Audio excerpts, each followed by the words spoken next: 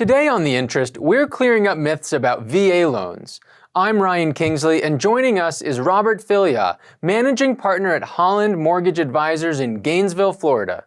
A veteran himself, Fillyaw specializes in guiding veterans through VA loans and has experienced firsthand how common misconceptions about these products get in the way of these loans getting done. VA lending is kind of near and dear to my heart because it's, my brothers and sisters that served as well. So,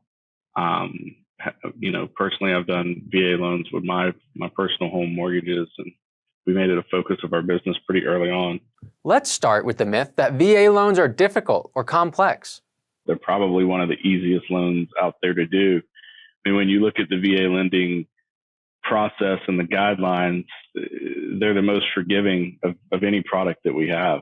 I mean, they have the loosest credit standards. From an appraisal standpoint, that's where a lot of the rescue stories that we get into are appraisal related.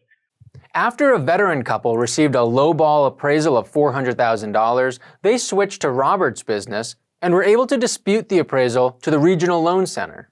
This national advocate for veterans, veteran-centric lender refused to do a dispute for these clients on their behalf to the RLC, which is absolutely just asinine. It's crazy that they wouldn't do it. We took the appraisal to the RLC and disputed it with the data that the listing agent had provided, and actually got the appraisal raised to like $505,000.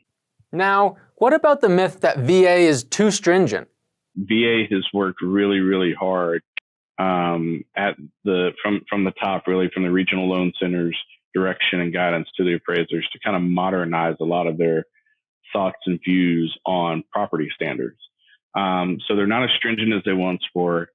The requirements, like you still need to have a WDO. That's one pushback I get a lot of times if you're in an area with termite inspections.